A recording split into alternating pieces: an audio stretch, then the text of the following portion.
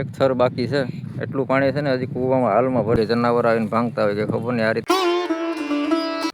Hello મિત્રો, જય માતાજી. તો સ્વાગત છે આજના મારા નવા વ્લોગમાં. તો જો આપણે આ મસ્ત આવી ગયા છે આજે વાડીમાં.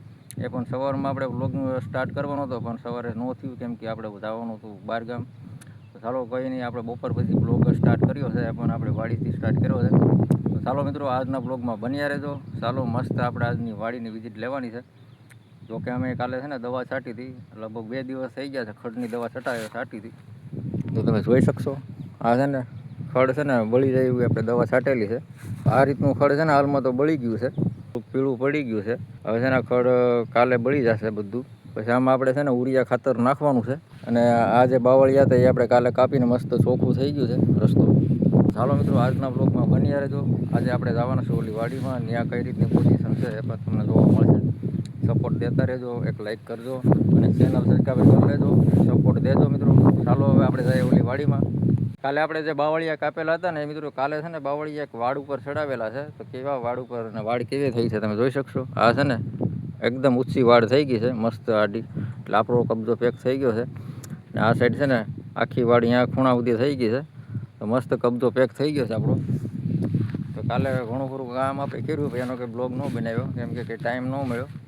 અહીંયા કેવું અમારું સીંડું બનાવેલું છે, એકદમ જાળ મારેલી છે અને લાકડાનું સીંડું બનાવેલું છે. એટલે આ છે ને આ રીતની કડી મારેલી છે. આ રીતની કડી આપણે ખોલી અને આ ડેલો ઉગાડવાનો. આ રીતનું આપણું વાડીનું ટેકનોલોજી છે. જોકે આ છે ને નાઇટમાં આપણે આ ઝટકા મશીનનો વાયર ચાલુ થઈ જાય એટલે આનું ધ્યાન રાખવું પડે. સાંજનો સમય હોય ટાઈમ ઉપર થઈ જાય એની રીતે.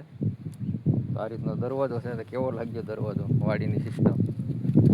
તો ફાઇનલી આપણે પોગી ગયા આપણી વાડીમાં. જોકે આપણી નાળેલી વાળી જે વાડી છે ને અહીંયા પૂગી ગયા છે. અને તમે જોઈ શકશો આમાં છે ને આપણે ખડની દવા છાંટેલી છે પણ આમાંથી રિઝલ્ટ આપણે ઓછું મળેલું છે.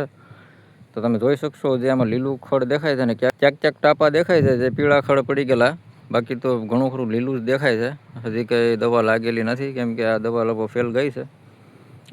આપણે દવા છાંટીએ ને એટલે એની માથે વરસાદ આવી જાય એટલે એ દવા આપણી ફેલ જાય અને આપણી મહેનત એ જાય અને દવા એ પણ ફેલ જાય. તો આવું છે કંઈ કેમ કે આમાં છે ને ખડની દવા છાંટો ને એટલે 1 કલાક સુધી આ છે ને પાણી ન હોય એની માથે વરસાદ ન આવવો જોઈએ. તો પાણી અડે ને એટલે દવા થઈ જાય ફેલ. તો હવે આપણે જવાનું છે ઓલે મેળે. તમે જોઈ શકશો નાળેલી આ રીતની છે. ચાલો હું તમને નજીક લઈ જાઉં અને નજીક એના વ્યૂ બતાવું.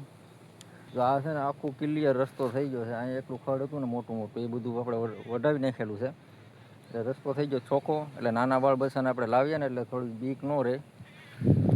આવું કંઈ છે. અમારો કૂવો છે ને એકદમ ભરેલો છે પાણીનો. એ પણ તમને આ બ્લોગમાં જોવા મળશે. તો બન્યા રહેજો બ્લોગમાં. રીતનું વ્યૂ છે તમે જોઈ શકશો. અહીંયા છે ને વાવ છે. એ વાવ છે ને ફૂલ ભરેલી છે વરસાદની. જોઈએ કેટલું પાણી છે. તો બન્યા રહેજો આજના બ્લોગમાં. બ્લોગ સારો લાગે તો લાઈક કરજો અને ચેનલ સબસ્ક્રાઈબર કરી લેજો, સપોર્ટ દેતા રહેજો. આપણે ગયા હતા બહારગામ એટલે આપણે છે ને સવારથી બ્લોગિંગ સ્ટાર્ટ કરવાનું હતું પણ ન થયું કેમ કે વહેલું જવાનું થઈ ગયું અને ટાઈમ ન મળ્યો. તો તમે જોઈ શકશો આ રીતનું છે ને અમારે છે ને જમીન બધી ફૂટી ગઈ છે અને એકદમ હજી ગારો બતાવે છે. તો ચાલો આપણે છે ને જે સામે વાવ દેખાય છે ને વાવમાં જોવા જાય કેટલું પાણી ભરેલું છે. તો ચાલો મિત્રો જઈએ આપણે આપણા કૂવા પર છે. વર્ષો જૂનો કૂવો હતો એ બુરાઈ ગયેલો હતો. એને પાછું ગયા વર્ષે આપણે ગોઠવેલો હતો પણ પાણી આપણું નબળું થયું છે એમાં. હાલમાં અટાણે તો પાણી સારું છે, જોકે હા ઉપર પાણી છે. તો ચાલો બન્યા રહેજો જઈએ આપણે કૂવે. તો ફાઇનલી આપણે છે ને કૂવા પડખે આવી ગયા છે મિત્રો. અટાણે જોકે પાણી ઘણું ખરું વયું ગયું છે. હવે 1 થર બાકી છે. એટલું પાણી છે ને હજી કૂવામાં હાલમાં ભરેલું છે. આ છે ને 70 થી 80 ફૂટ ઊંડો કૂવો છે અને એટલું પાણી માથે છે તો અંદાજો તમે લગાવી શકશો કેટલું પાણી હશે આમાં. અહીંયા મશીન છે, આ સાઈડ છે ને પંખો છે. અમારે કનેક્શન નથી આવેલું એટલે આ રીતે છે ને અમે એક પાણી જે વરસાદ જાય ને પછી અમારે એક પાણી આમાં પાઈએ કાંઈ પછી પાણી આમાં બગડી જાય, ખારું થઈ જાય. એટલે એક જ પાણી અમારે આમાં પીવાય એટલા માટે અમે મશીનને પંખાથી કામ અકાવીએ.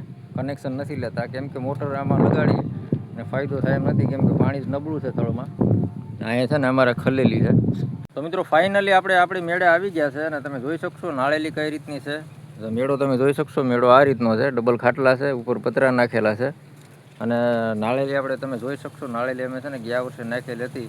એના કંઈક પાંદડા કંઈક ભાંગી જાય છે. કઈ રીતના ભાંગી જતા ખબર નહીં, કંઈ જનાવર આવીને ભાંગતા હોય કે ખબર નહીં. આ રીતના ભાંગેલા છે પાંદડા. ઘણી ખરી નાળેલી એમાં ભાંગેલા છે. તો નાળેલી છે ને આપણે ગયા વર્ષે નાખેલી હતી, આ પોઝિશનમાં છે હાલમાં. તો કેવી લાગી નાળેલી હવે જોઈએ.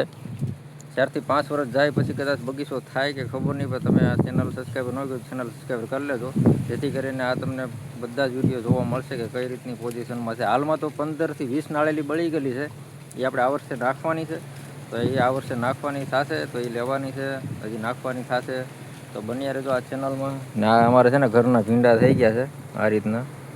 જોકે હજી કપાસ છે ને અમારે બહુ નાનો છે, કેમ કે પાસ્તર કપાસ રહી ગયા છે ને આ રીતનું ખડ છે ને આ રીતના કપાસ દેખાય છે. આ રીતનો કપાસ છે ટાણે હાલમાં ખેતરમાં, કેમ કે અટાણે કપાસ તો બહુ મોટા હોવો જોઈએ, એની બદલે કપાસના છોડવા હાવ નાના છે, કેમ કે પાસ્તરું થઈ ગયું છે, કેમ કે વરસાદ જ અમારે એટલો થઈ ગયો છે એ કપાસ અમારે બહુ હાયલો નથી. આ રીતનું છે, 3 વાર વાવણી થઈ ગઈ છે મિત્રો, એટલું નુકસાન થયું છે. તો આ રીતનું છે મિત્રો. આ વ્લોગ તમને સારો લાગે તો લાઇક કરજો અને ચેનલ સબસ્ક્રાઈબર કરી લેજો. ચાલો મિત્રો, આપણે ફરી મળીશું એક નવા વ્લોગમાં.